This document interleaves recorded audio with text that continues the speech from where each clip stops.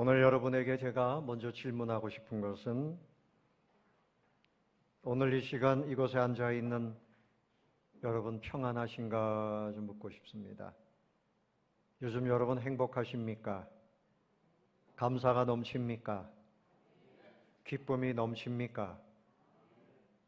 정말 예수님 믿는 사람은 하루하루가 평안해야지 하나님과 함께하는 분명한 증거가 됩니다. 현재가 아니라 앞으로 미래에 좋은 날이 오겠지요. 그리고 미래만 계속 기대하지 마세요. 오늘을 행복하게 사십시오. 오늘 지나가면 또다시 오늘은 오지 않습니다. 그렇지요? 지금 평안해야 돼요. 조건이 좋아지고 환경이 좋아지고 더 건강해지고 재물도 더 많이 벌고 내 기도의 제목이 응답이 되면 그때 행복해지고 평안하겠지. 그러면 잘못된 생각입니다. 오늘 행복해야 돼요.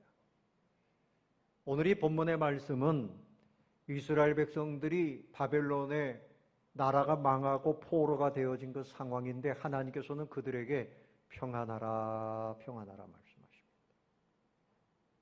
자, 오늘 본문 그 앞에 보십시오. 5절 보시면 너희는 집을 짓고 거기에 살며 텃밭을 만들고 그 열매를 먹으라. 그리고 아내를 맞이하여 자녀를 낳아라. 너희 아들이 아내를 맞이하면 너희 딸이 남편을 맞아 그들로 자녀를 낳아서 너희가 거기에서 번성하라. 그리고 너희는 내가 사로잡혀 가게 한 그 성읍의 평안을 구하라. 그 성읍이 평안함으로 너희도 평안할 것이다. 이스라엘 백성들이 나라가 망해서 바벨론의 포로로 잡혀갔는데 하나님께서는 거기서 잘 살아라. 물론 10절 말씀에 보면 70년이 차면 너희가 다시 돌아오게 될 것이다. 그렇게 말씀을 하십니다. 이스라엘 백성들이 왜 가나안 땅에서 쫓겨서 바벨론으로 포로로 잡혀갔을까요? 그들은 하나님께서 보실 때 죄를 줬어요. 가나안 사람들이 좋아서 거기에 동화되어지고 하나님이 말씀을 주시면 하나님 우리한테 욕을 주신다, 욕을 하신다, 하나님의 말씀을 즐겨하지 않았어요. 생수의 근원 대신 하나님을 버렸어요. 그리고 가증한 일을 따라서 행했습니다. 하나님이 행복하도록 주신 가나안 땅에서 그들은 죄를 짓고 불행한 삶이 되었던 거죠. 우리가 어떤 땅에 있느냐, 어떤 나라에서 사느냐, 인간들이 말하는 그 성공, 그것이 우리를 평안하게 하는 것이 아니고 어디에 있든지 하나님과 함께하는 사람들이 평안할 수 있는 겁니다. 그러니까 이들이 가나안 땅에서 하나님이 특별한 땅을 주셨는데도 하나님을 버렸으니 이제 하나님께서 저 멀리 바벨론으로 보내서 너희들 가나안 땅의 행복이 아니라 포로로 잡혀왔지만 여기서 내 품 안에서 평안을 찾아라. 진정한 평안은 하나님의 품 안에 있음을 믿으시기 바랍니다. 목사님, 나는 평안하지 않아요. 아내가 아파요. 아이들이 아파요. 내가 아파요. 가난해요. 점점 나이가 많고 걷는 것도 힘들어요. 뭐가 평안하고 뭐가 좋습니까? 여러분, 우리의 모습을 보면 볼수록 세상이 불합리하고 또 불공평하고 부패하고 다른 사람을 보면요, 그 사람이 내 마음을 기분 나쁘게 해요. 그런데 생각해 보면 내 마음이 높아져 있기 때문에 모든 것이 불편한 거예요. 내 마음이 낮아지고 하나님의 은혜가 넘치고 용서하고 사랑하고 순종하고 그러면 함께 샬롬의 삶을 살 수 있는 겁니다. 할렐루야. 그러니까 여러분, 이 시간에 하나님이 나를 사랑하시고 용서하시고 나에게 복의 길을 열어주신 것을 믿으시기를 바라고요. 여러분 마음에 사람 간에 불편한 것이 있으면 축복하고 용서하고 평안함을 누리게 되시기를 바랍니다. 따라해 봅시다. 현재 평안을 누리자. 현재 평안을 누려야 돼요. 오늘이 지나가면 오늘은 다시 오지 않습니다. 어떤 분이 그래요. 오늘 먹어야 될 거 안 먹으면 절대 다시 못 찾아 먹는다. 그래서 어떻게 하든지 끼니를 거르지 않고 찾아서 드시는 분이 계세요. 건강을 위해서 그런 거죠. 이거 못 먹으면 다시는 못 찾아 먹는다.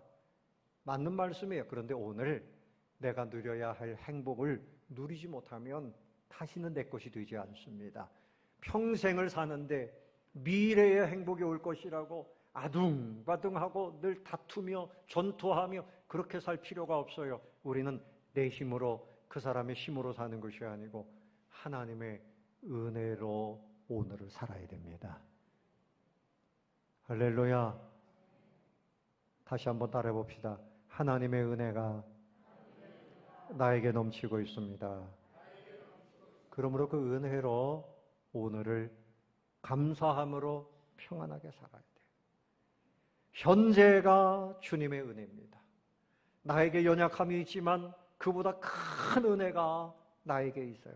따라해 봅시다. 현재가 주님의 은혜입니다. 주님의 은혜입니다. 그래서 오늘 11절 말씀, 여호와의 말씀이니라 너희를 향한 나의 생각을 내가 아나니 뭐라 그랬어요? 평안이요 재앙이 아니니라. 너희에게 미래와 희망을 준다. 현재 하나님이 우리에게 베풀고 계신 것은 재앙이 절대 아닙니다. 평안입니다. 그리고 미래가 있습니다. 희망이 있습니다. 그러므로 초조해하지도 말고 불안해하지도 말고, 너희들이 포로로 잡혀가 있지만 거기서 집을 짓고 텃밭을 가꾸고 그리고 장가를 보내고 시집을 보내고 행복하게 살아라. 70년이 지나면 다시 돌아가게 된다. 그렇게 말씀을 하고 있습니다. 야고보서 1장 12절 말씀에도 야고보 사도가 말씀하기를 성도들아 여러 가지 시험을 만나거든 온전히 기쁘게 여겨라. 시험은 계속해서 우리에게 오지만 그 시험 때문에 넘어지지 말고 불행한 생각도 가지지 말고 그저 기쁘게 생각하라. 왜 그런가 하면요, 이 시험을 당한 후에 하나님의 약속을 주시기 위함이라. 하나님은 우리에게 귀한 것을 준비하고 계신다 하는 것을 믿으시기를 바랍니다. 아, 요즘에 왜 세상이 이래요? 예? 작년엔가요, 나훈아 씨가 테스 형 세상이 왜 이래? 뭐 이런 노래 불렀잖아요. 예? 참 세상이 왜 이러냐 말이죠. 근데 여러분, 도대체 텔레비전을 보면 세상이 왜 이래? 예? 세상이 왜 이래? 아, 요즘에 지난주에도 말씀드렸지만 참 젊은 선생님이 학교에서 너무나 괴로워서 극단적인 선택을 했어요. 또 어떤 학교에서는 아이가 선생님을 한 15분 이상을 구타를 했대요. 아이들이, 초등학생들이, 남자아이들이 한 5학년, 6학년만 되면요, 아이들이 막 혈기왕성하거든요. 그러니까 여자 선생님들을 깔보는 거예요. 막 때린다는 거예요. 예? 또 부모님들이 괴롭히고 말이죠. 예? 정치를 봐도 도대체가 내 마음에 안 들어요. 경제를 봐도 마음에 안 들어요. 도대체 세상이 왜 이래? 왜 이래? 막 이래가지고 막 세상 때문에 마음이 평안하지 않는 분들도 있을 겁니다. 부모님을 생각하고 남편을 생각하고 아내를 생각하고 이 사람들이 왜 나한테 기쁨을 안 주는가? 전부 자기 중심으로 생각하는 거지요. 여러분, 네오마르크시즘이라고 하는 이 이념이 있어요. 신공산주의입니다. 그들이 주창하는 것이 뭔가 하면 동성애, 차별금지법, 그 사람들에게서 다 흘러들어오는 거예요. 그러니까 아이들도요, 인권이라고 말하면서 학생 인권 조례, 그래서 아이들한테 훈계도 심하게 못하는 거예요. 회초리질 못합니다. 그러면 학대가 되는 거예요. 그 선생님들이 오히려 역차별을 받는 거죠. 이것이 그 네오마르크시즘에서부터 나오고 있는 겁니다. 공산주의자들, 모택동에서부터 나왔다 그래요. 이런 세상에서 모든 것이 불공평하고 공의가 없어요. 진정한 평안은 오직 하나님의 은혜 가운데 있음을 믿으시기를 바랍니다. 사람이요, 그저 편안하게 살면 그 사람의 생각이 복잡해진다는 거죠. 예를 들어보면 부잣집에서, 권세가 있는 집에서 자란 아이들이 철이 빨리 날까요? 아니면 좀 가난하고 어려운 가정에서 자란 아이들이 철이 빨리 듭니까? 예? 전자예요, 후자예요? 후자죠. 그 아이들이 어머니 아버지가 밭에 나가서 고생하고 그러면요, 옛날에 초등학교 1학년 아이들이 집에서 밥을 해요. 청소 다 해요. 빨래 다 합니다. 우리 어릴 때 그런 아이들 많이 봤어요. 제가 초등학교 2학년 때 소를 끌고요, 친구랑 같이 들판에 가가지고 꼴 먹이고 또 소 끌고 들어오고, 그때는 다 그랬어요. 막 시계도 짊어지고. 풍족하면 잘 될 것 같지만 풍족하게 평안하게 살면요, 사람들이 정신이 산란하고 하고 싶은 게 많고 인생의 목표가 뚜렷하지 않은데 좀 시련을 겪어보면 모든 것이 하나로 딱 정리가 된답니다. 목표가 뚜렷해지는 거죠. 우리 인생들이 하나님으로 인해서 이렇게 연단을 받는 때가 있어요. 어려움을 당하는 때가 있어요. 이스라엘 백성들이 광야 40년도 그들의 마음을 낮추시기 위해서 오직 하나님만 바라보도록 하기 위해서 하나님께서 그렇게 하셨던 거지. 우리의 삶의 현실에 어려움이 있다고 하면 이때 우리의 마음을 하나님께로 딱 묶어서 하나님을 소망하고 평안함을 누리는 그런 성도님들이 다 되시기를 바랍니다. 사람이요, 이제 임종이 가까워지면 죽을 때가 되면 몇 가지로 후회한대요. 크게 3가지로 후회한다 그러는데, 첫 번째는 이럴 줄 알았으면 좀 더 베풀면서 살걸. 내가 왜 그렇게 인색하게 살았던가. 여러분 마음에 와닿습니까? 예? 오늘 여러분들이 만약에 죽는다 그러면 그때도 내 거야, 내 거야, 내 거야 이러고서 하고 죽겠습니까? 그 사람이 뭔가 죽을 때가 되면 사람이 이상해, 아버지가 이상해, 그 사람 바뀌었어, 죽을 때가 됐나 봐, 이렇게 농담들을 하잖아요. 내가 왜 베풀지 못하고 살았을까?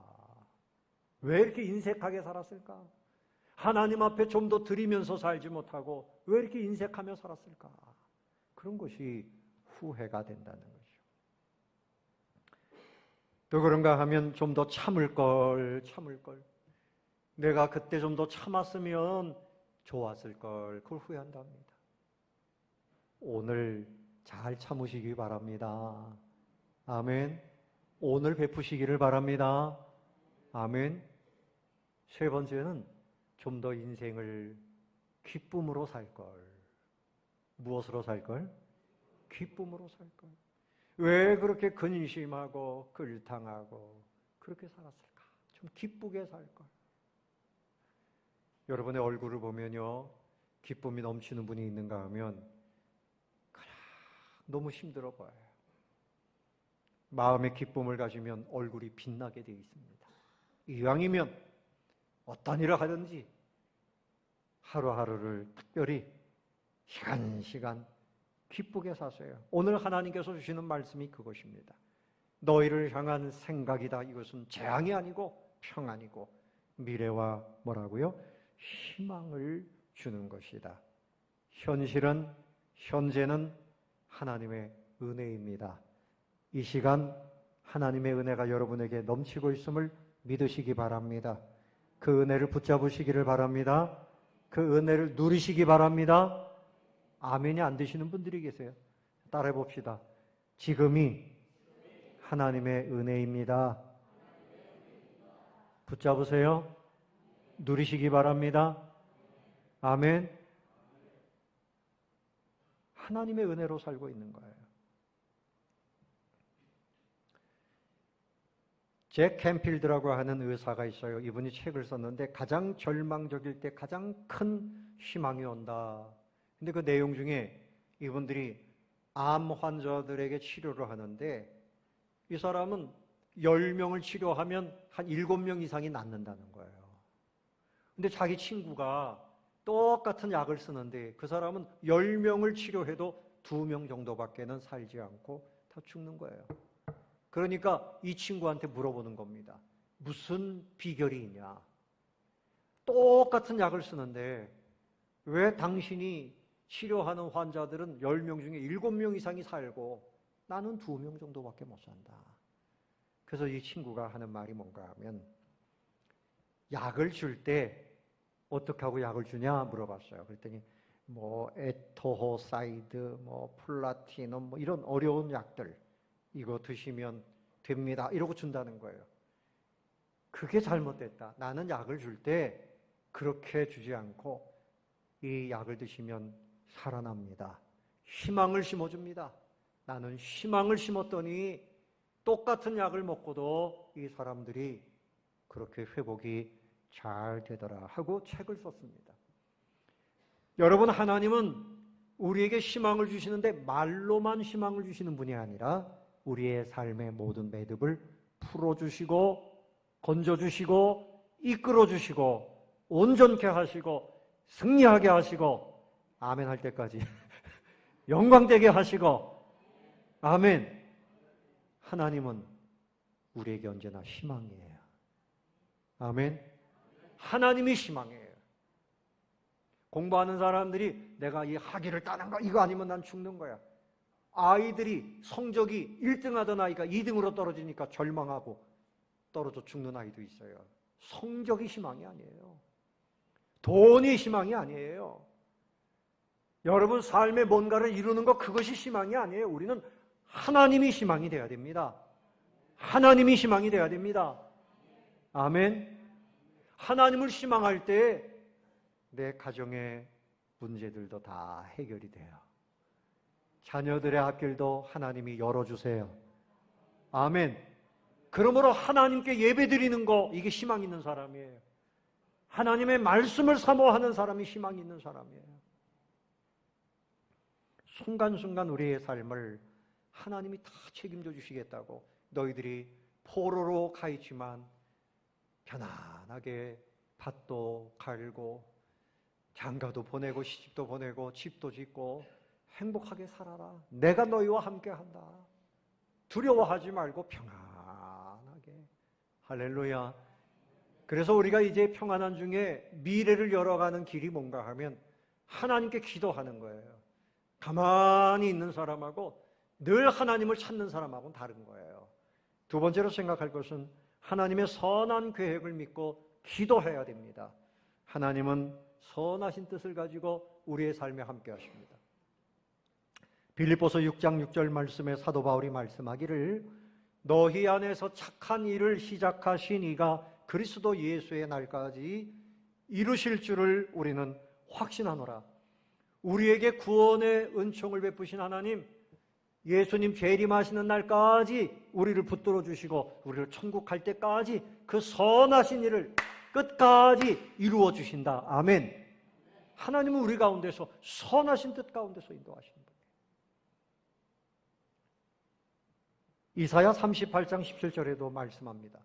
보옵소서 내게 큰 고통을 더하신 것은 내게 평안을 주려 하심이라. 왜 내게 고통을 주셨을까? 지금 당장은 이해가 안 되지만 더 큰 평안을 주시기 위해서 우리를 훈련하시는 과정이 있다고 하는 것입니다. 믿으셔야 됩니다. 하나님은 언제나 선하신 줄로 믿으시기 바랍니다. 그러므로 우리가 해야 할 일은 뭐냐? 이제 70년 후에는 너희들이 고국으로 돌아간다. 그런데 이 말씀대로요, 정말 70년이 되었을 때 하나님께서 갑자기 그 나라를 해방시켜 주셨어요. 그래서 고국으로 돌아오지 않습니까? 하나님의 말씀은 1.1핵이라도 거짓이 없음을 믿으시기를 바랍니다. 그런데 이렇게 하나님이 70년 후에는 돌아갈 것이다 말씀하시고서 그 다음에 하신 말씀이 뭡니까? 12절 13절을 같이 읽어보겠습니다. 12절 13절 시작.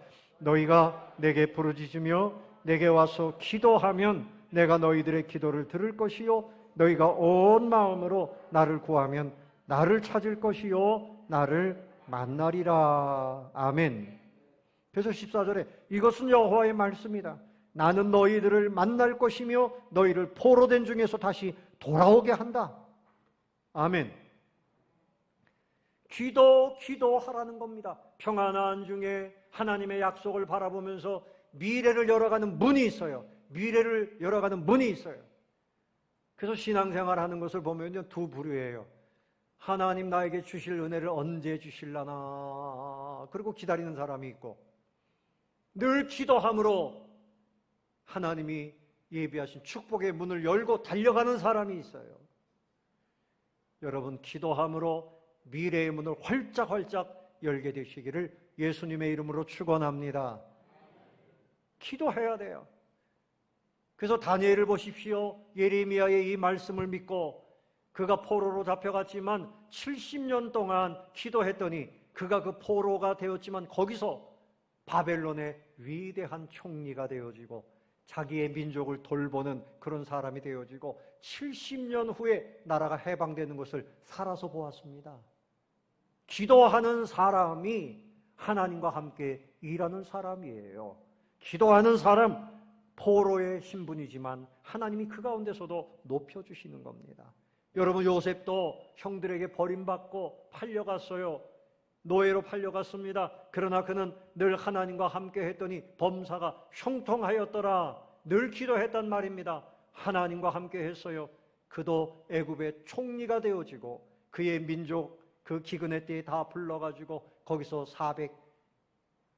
430년 동안 있으면서 200만 명이나 되는 큰 민족을 이루기까지 그렇게 축복의 문을 연 사람이 바로 요셉입니다. 여러분이 기도하면 지금 당장은 어려워 보이지만 기도하는 여러분과 함께 모든 것이 다시 다 풀리고 살아나게 되는 줄로 믿으시기를 바랍니다.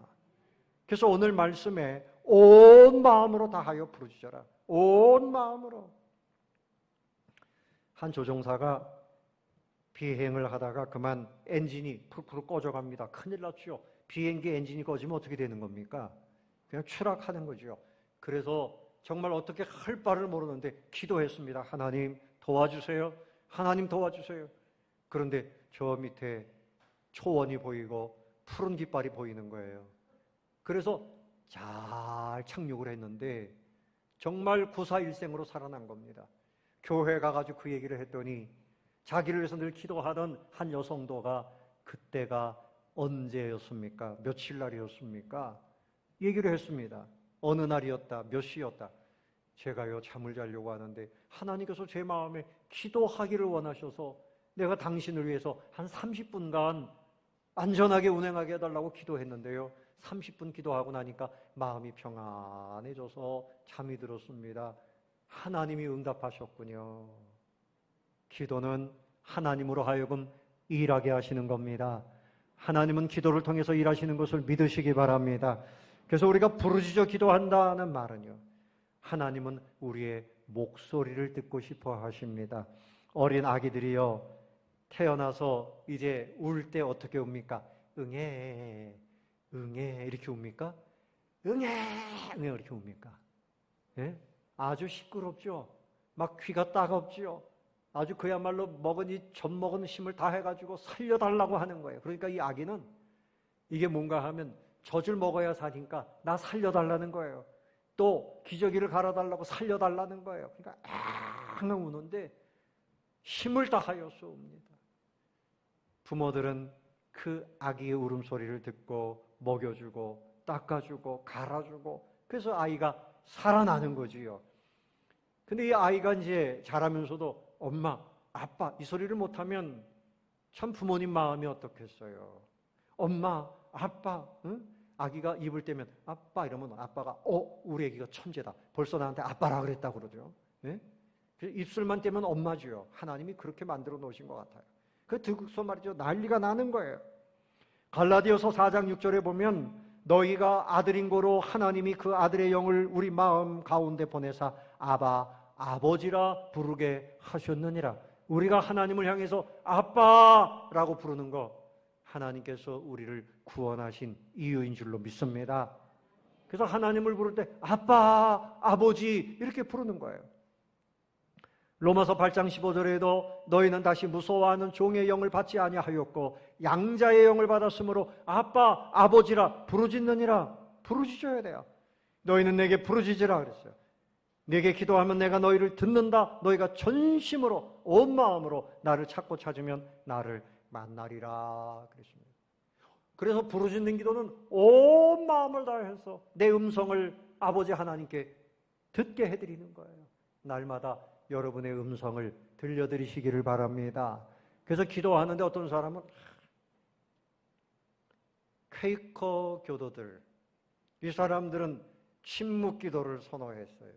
거기는 약간 이당성이 있습니다.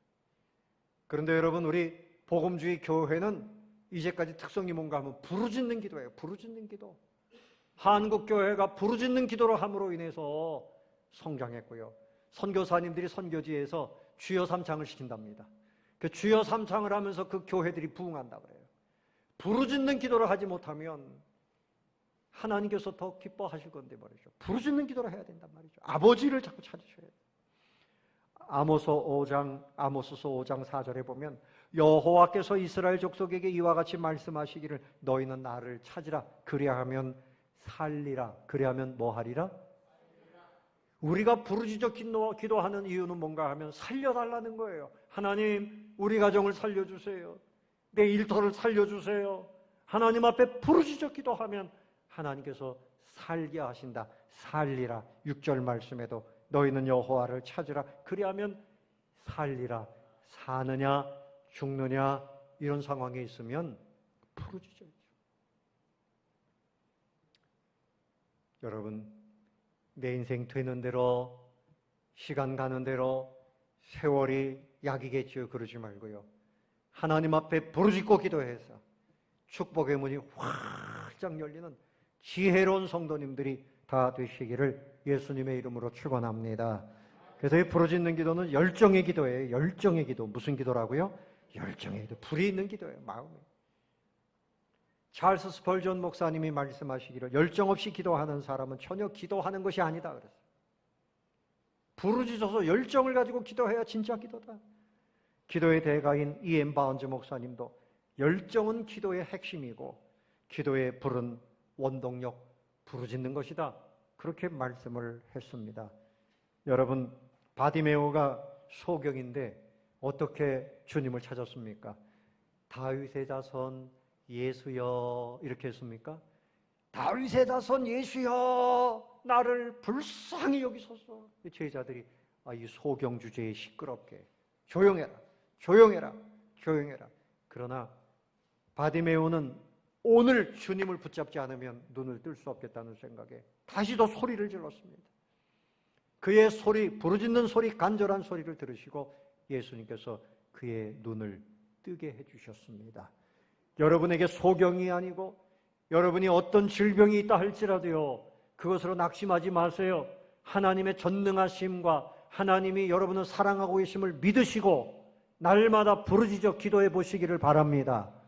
아멘. 이제까지 기도하지 않고요, 그냥 우리가 병원에만 다녔지만 병원에 가도 기도하는 삶을 살면 하나님의 기적을 경험하게 되는 겁니다. 부르짖어 기도하시기를 바랍니다. 여러분, 졸음도 쫓아내요. 쫓아내. 기도하고 쫓아내. 예배 시간만 되면 꼬박꼬박 조는 분들 기도하고 이 졸음의 영이 떠나가기를 위해서 부르짖어 보세요. 그러면 여러분 생생한 얼굴로 하나님의 말씀을 받을 수 있어요. 꼬박꼬박 졸다가 이제 설교 끝나면 또 쌩쌩해지고 사탄의 역사인 줄로 알아야 돼요. 쫓아내야 돼요. 쫓아내야 돼요. 웃을 일이 아닙니다. 시편 86편 5절에 보면 주는 선하사 사유하기를 즐기시며 주께 부르짖는 자에게 인자하심이 후하시다. 부르짖는 사람에게 하나님이 친절하게 대하신다. 부르짖는 사람에게. 부르짖는 사람은 하나님만 전적으로 믿는 거예요. 그럼 그 믿음을 보시고 참 사랑스럽다 하고 사랑해 주신다는 거죠. 34편 15절에도 여호와의 눈은 의인을 향하시고 그 귀는 저희 부르짖음에 기울이시는도다. 그리고 부르짖으면 비밀한 것을 보여주신다. 뭘 보여주신다고요? 비밀한 것을. 예레미야 33장 2절, 3절. 여러분 바로 옆에 있으니까 한번 찾아봅시다. 33장 2절, 3절. 바로 옆에 있죠? 자, 읽어봅시다. 시작. 이를 행하시는 여호와, 그것을 만들며 성취하시는 여호와, 그의 이름을 여호와라 하는 이가 이와 같이 이르시도다. 너는 내게 부르짖으라. 내가 네게 응답하겠고 내가 알지 못하는 크고 은밀한 일을 네게 보이리라. 아멘. 하나님은 일을 행하시는데 천지를 창조하신 능력의 하나님이십니다. 못하실 것이 없음을 믿으시기 바랍니다. 그 하나님께 부르짖으면 네가 알지 못하는 크고 은밀한 일을 보여주겠다. 상상도 못할 일을 하나님이 보여주셔서 그래서 간증하게 될 겁니다. 우리 가정에 이런 문제가 있었습니다. 이런 어둠이 있었습니다. 이런 절망적인 상황이 있었습니다. 그런데 기도했더니 하나님이 놀랍게 문제를 해결하시고 나에게 이런 큰 복을 주셨습니다. 이런 때가 반드시 오게 되는 것입니다. 여러분, 예수님께서 마태복음 7장 7절에서 구하라 그러면 너에게 주실 것이요, 찾으라 그러면 찾아낼 것이요, 문을 두드리라 그러면 너에게 열릴 것이니 구하는 이마다 받을 것이요 찾는 이는 찾아낼 것이요 두드리는 이에게는 열릴 것이니라.